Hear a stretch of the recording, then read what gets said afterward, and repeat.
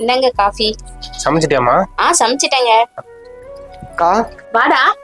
கா உன்கிட்ட கொஞ்சம் தனியா பேசணும்க்கா. என்னடா? கா தனியா பேசணும்னு சொன்னேன். இங்க யாரா இருக்காங்க? நானும் மாமாவும் தாண்டா இருக்கோம். நான் லவ் பண்ண பொண்ணு வீட்டுல பிரச்சனை ஆயிடுச்சுக்கா. நாங்க பேசுறத அவங்க அண்ணன் பார்த்துட்டான். அந்த பொண்ணு வீட்டுல பேச கூப்பிடுதுக்கா. என்ன பண்றதுன்னே ஒன்றும் புரியல. ஏண்டா நீயே வேலை வெட்டிக்கு போகாம சுத்திட்டு இருக்கிற, உனக்கு போய் எவன்டா பொண்ணு தருவான்?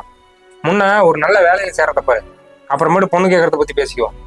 மாமா, நீங்களே எங்கள் அக்கா கல்யாணம் பண்ணுறப்ப வேலை வெட்டி இல்லாமல் தான் இருந்தீங்க. அதை மறந்துடாதீங்க. டேய், மாமா கிட்ட எப்படி பேசணும் உனக்கு தெரியாது? உனக்கு அவ்வளவுதான் மரியாதை. இங்க இருந்து போடா. நான் பேசுறது மட்டும் தான் உனக்கு கண்ணு தெரியும், அவர் பேசுறதெல்லாம் உனக்கு தெரியாது.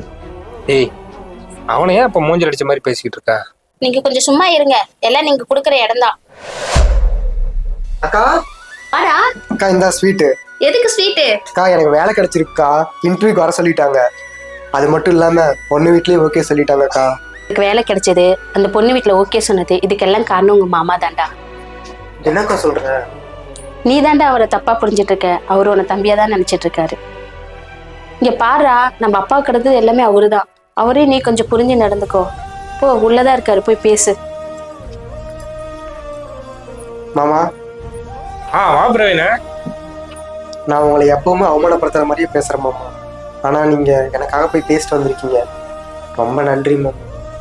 ஏய், நீ ஏன் மச்சான்டா? உனக்கு பண்ணாம வேற யாருக்கு பண்ண போறேன்?